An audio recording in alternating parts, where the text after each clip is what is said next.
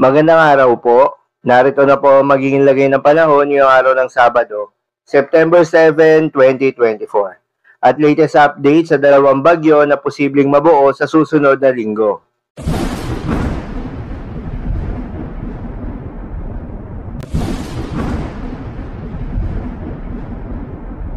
Sa kasalukuyan at ayon sa pag-asa, patuloy pa rin nakakaapekto itong southwest monsoon o hanging habagat sa buong bahagi ng Luzon. Sa ngayon, asahan na unti-unting mababawasan yung mga pagulan kumpara sa mga nakaraang araw.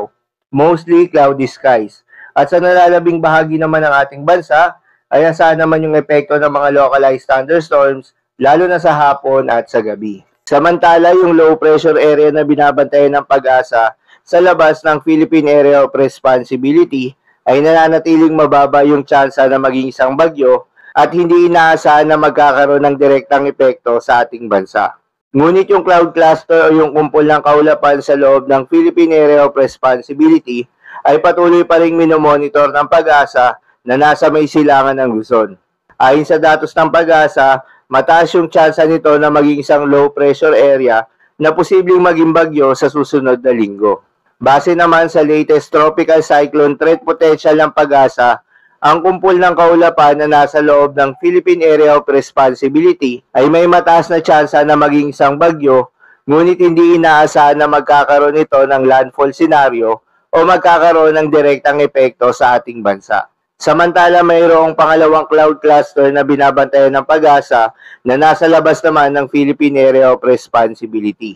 Mataas rin yung tsansa nito na maging isang ganap na bagyo at pumasok ng Philippine Area of Responsibility by next week. Sa ngayon, hindi inaasahan na magkakaroon ito ng landfall scenario o magkakaroon ng direktang epekto sa ating bansa. Ngunit pinaghahanda pa rin tayo dahil ang dalawang nasabing bagyo ay asahan na magpapalakas ng southwest monsoon o hanging habagat na siya namang magpapaulan sa malaking bahagi ng ating bansa, particular na sa may western section. Paalala lamang po na ang mga nasabing forecast ay posible pa pong magbago. Kaya naman patuloy lamang magantabay sa mga update na ating ilalabas at ng pag-asa. Dahil pa rin sa epekto nitong southwest monsoon, asahan ngayong araw ng Sabado sa Batanes at Babuyan Islands ang maulap na kalangitan na may kalat-kalat na mga pagulan at thunderstorms. Posible ang mga pagbaha o pagguho ng lupa dahil sa katamtaman hanggang sa kung minsan ay malakas na pagulan. Habang sa Metro Manila at nalalabing bahagi pa ng Luzon, ay asahan naman yung bahagyang maulap hanggang sa maulap na kalangitan na may kalat-kalat na mga pagulan o thunderstorms. Dulot pa rin yan ng southwest monsoon. Posible rin ang mga pagbaha o pagguho ng lupa during severe thunderstorms. At sa nalalabing bahagi naman ng ating bansa, ay asahan rin yung bahagyang maulap hanggang sa maulap na kalangitan na may kalat-kalat na mga pagulan o thunderstorms. Dulot naman yan ng mga localized thunderstorms. Posible rin ang mga pagbaha o pagguho ng lupa during severe thunderstorms. Dahil dito, pinag-iingat pa rin yung mga kababayan natin sa mga posibleng banta ng pagbaha at pagguho ng lupa. Para naman sa magiging lagay ng mga dagat baybayin, ayon sa pag-asa ay may nakataas pa rin na gale warning sa mga seaboards ng western coast ng Ilocos Norte, Ilocos Sur, La Union, Pangasinan, western coast of Pangasinan at Zambales.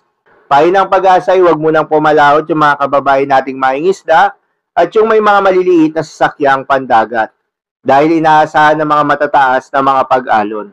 So yun lamang po para sa lagay ng panahon ngayong araw ng Sabado. Keep safe everyone.